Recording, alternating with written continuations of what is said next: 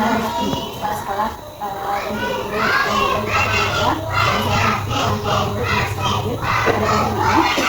Jadi saya terima kasih kepada atas kemudian ini sekolah yang kita sudah ini. Salawat dan salam berita kita hadirkan kepada diri kita ini Sallallahu Alaihi Wasallam dan ucapan dalam Sayyid Al-Muhammad wa ala alihi. Baiklah, tidak memperpanjang perkataan saya dan sesuatu.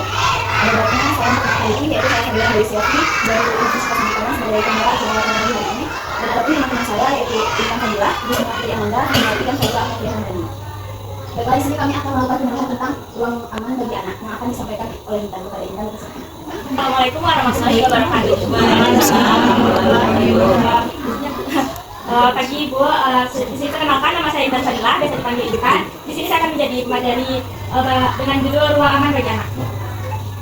Di sini Bu kita akan membahas beberapa yang pertama pentingnya ruang aman bagi anak, yang kedua faktor untuk membentuk ruang aman bagi anak, yang kedua peran orang tua, ada peran keluarga, peran sekolah, peran masyarakat, dan yang selanjutnya ada cara membangun ruang aman. Di sini Bu pentingnya ruang aman bagi anak. Ruang aman adalah lingkungan di mana anak-anak dapat belajar, bermain, dan berkembang tanpa rasa takut atau tertekan. Di sini yang pertama ada membantu anak merasa dihargai dan dicintai, melindungi mereka dari risiko kekerasan, perlindungan dan diskriminasi, dan yang terakhir mendukung perkembangan mental dan emosional yang sehat. Faktor-faktor yang membantu ruang aman itu yang pertama ada keamanan fisik, lingkungan bebas dari ancaman dan bahaya, yang kedua keamanan emosional, tempat di mana anak bebas mengekspresikan perasaan tanpa takut dihakimi. Selanjutnya ada keamanan emosional, hubungan yang mendukung tanpa diskriminasi atau tekanan. Di sini buat peran keluarga adalah pilar utama dalam menciptakan ruang aman bagi anak dengan memberikan kasih sayang, mendengarkan, dan menghormati kebutuhan mereka. Orang tua dapat menciptakan rumah sebagai tempat yang nyaman dan mendukung hal-hal ini membantu anak merasa dilindungi secara emosional dan fisik. Peran sekolah di sini Bu, sekolah menjadi lingkungan yang mendukung pembelajaran dan perkembangan anak. Beberapa cara untuk menciptakan ruang aman di sekolah itu meliputi mengadopsi kebijakan anti-bullying, memberikan pelatihan kepada guru untuk mendukung siswa secara emosional, mendorong instruksi, dan menghormati keberagaman. Dan masyarakat juga memiliki tanggung jawab dalam menciptakan ruang aman bagi anak yang dapat dilakukan dengan cara membangun fasilitas bermain yang aman, mengedukasi masyarakat tentang pentingnya melindungi anak dari kekerasan, dan mendukung program komunitas yang ramah anak. Di sini Bu, kekerasan pada anak itu ada bermacam-macam. Kekerasan fisik itu telah mencapai angka 15.914 di Indonesia Bu. Sangat miris kita lihatnya Bu. Terus ada kekerasan seksual udah hampir menyamaratai kekerasan fisik, itu dengan angka 15.267 pada saat ini. Selanjutnya ada kekerasan emosional. Kekerasan emosional itu terjadi pada anak di angka 83,4% dari seluruh anak di Indonesia. Cara membangun ruang aman bagi anak tuh, yang pertama memberikan perhatian yang penuh saat mereka bicara. Kalau mereka berbicara Bu, anak kita untuk dengarin aja Bu, nggak usah dijawab nggak apa-apa, yang penting didengarkan anaknya, jadi mereka punya tempat untuk bercerita Bu. Selanjutnya memberikan batasan yang sehat, tanpa tetapkan aturan yang mendukung, bukan menekan. Selanjutnya mengajarkan rasa hormat, tunjukkan perilaku yang menghormati mereka secara individu. Nah di sini Bu, kesimpulannya ruang aman adalah fondasi penting bagi masa depan anak. Dengan menciptakan lingkungan yang mendukung, kita tidak hanya melindungi mereka, tapi juga membantu mereka berkembang menjadi individu yang tangguh dan penuh empati. Mungkin sekian Bu materi dari saya, silakan kepada Anda.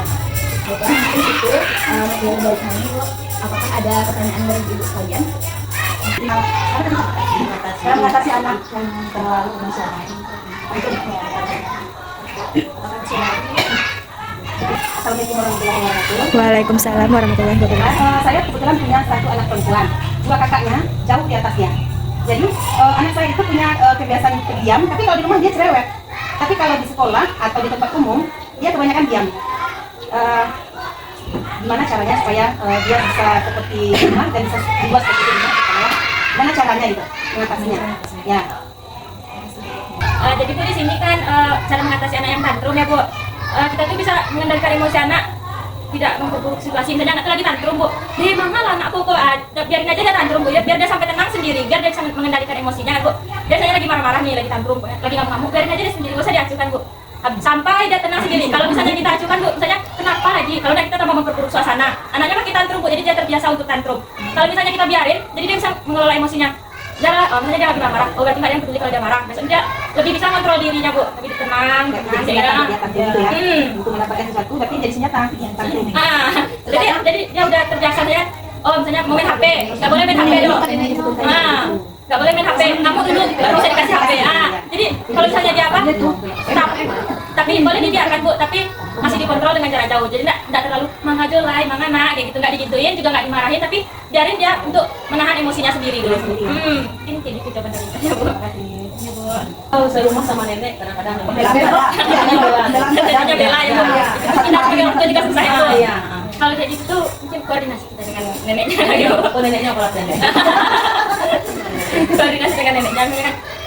Apalagi kalau sekarang ini kan virusnya Bu, anak-anak ini HP. Kalau HP itu anak-anak tuh bisa mengakses apa aja di dalam, ikut-ikutin tren atau apa, kan itu belum termasuk di umurnya. Jadi anak-anak sekarang ini kalau kita lihat lebih cepat dewasanya daripada anak-anak dulu Bu. Lebih mental ya. Kalau keluar tuh kalau yang perempuan nyari lipstick karena lihat YouTube, nonton di YouTube gitu kan Bu. Jadi mungkin kalau untuk sekarang ini cobaan terbesar bagi orang tua tuh ya internet, HP. Anak ibu di rumahnya cerewet, kalau di sekolah mungkin dia tuh belum beradaptasi sama lingkungannya atau ada suatu hal yang buat dia diam gitu Bu. Sekarang kan anak-anak tuh kadang ada yang bully-bully atau apa, kadang bisa ibu tanyain kenapa di sekolah atau ada apa, bisa diajak ngobrol ya Bu. Misalnya kenapa kalau di luar pemalu atau gimana gitu. Coba ajarkan untuk anak tuh bisa menyampaikan isi hatinya nih kita Bu. Misalnya di sekolah ada yang nakal, kalau ada Intan sendiri Bu, sekarang kan masih kelas 1 SD.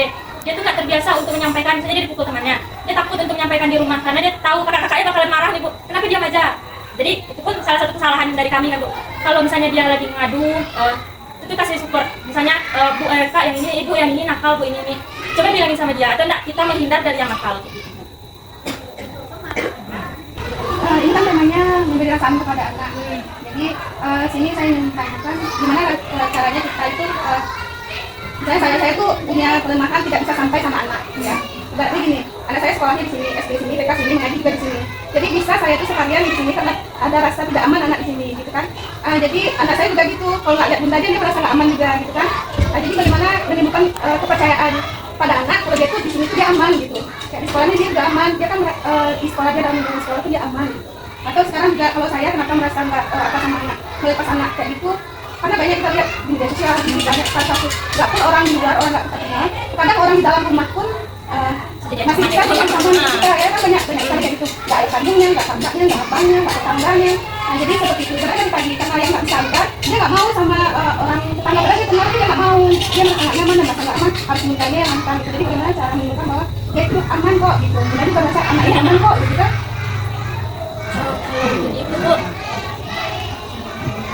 dipantau, tapi cuma tinggal sebentar 15 menit. Nanti kalau untuk awal Bu, cuma tinggal sebentar sampai terbiasa. Kalau misalnya kayak gitu Bu, nanti bakalan ke ibunya juga mungkin anaknya ditemenin terus sampai SD sampai apa kan. Jadi kan itu jadi pembiasaan. Kalau ini kan udah terbiasa, jadi kalau nggak nampak tuh rasanya ada yang kurang, hilang, nangis nanti ya Bu. Terus coba mulai dari pembiasaan ibu Bu. Hanya tinggal 15 menit, berapa? Ya dari diri kita sebagai orang tua kasih kepercayaan. Juga anak ini kita pantau Bu, misalnya lebih anak ini bisa diajak ngomong apa yang dirasainnya, dia bisa nyampein ke kita Bu. Kenapa dia bisa langsung bilang ke kita apa yang dirasainnya. Ada temannya nakal, dia langsung cerita. Jadi anak ini merasa aman sama orang tuanya Bu. Ada tempat cerita, ada tempat mengadu, ada tempat pokoknya fondasi penting bagi anak itu Bu, tempat cerita. Kalau anak tuh nggak bisa menyampaikan apa isi hatinya, pasti dia bakal mendam sendiri atau nanti terlalu emosionalnya terlalu berlebihan gitu. Kalau misalnya dia bisa menyampaikan cerita ke orang tua apa yang dirasain, apa yang menjadi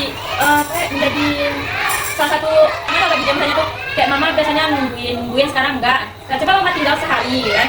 Nanti pas pulang mama jemput lagi ya, mama ada kerjaan gitu. Coba lihat sehari atau 15 menit. Jadi anak ini udah mulai terbiasa, nanti untuk SD-nya ibu udah bisa tinggal.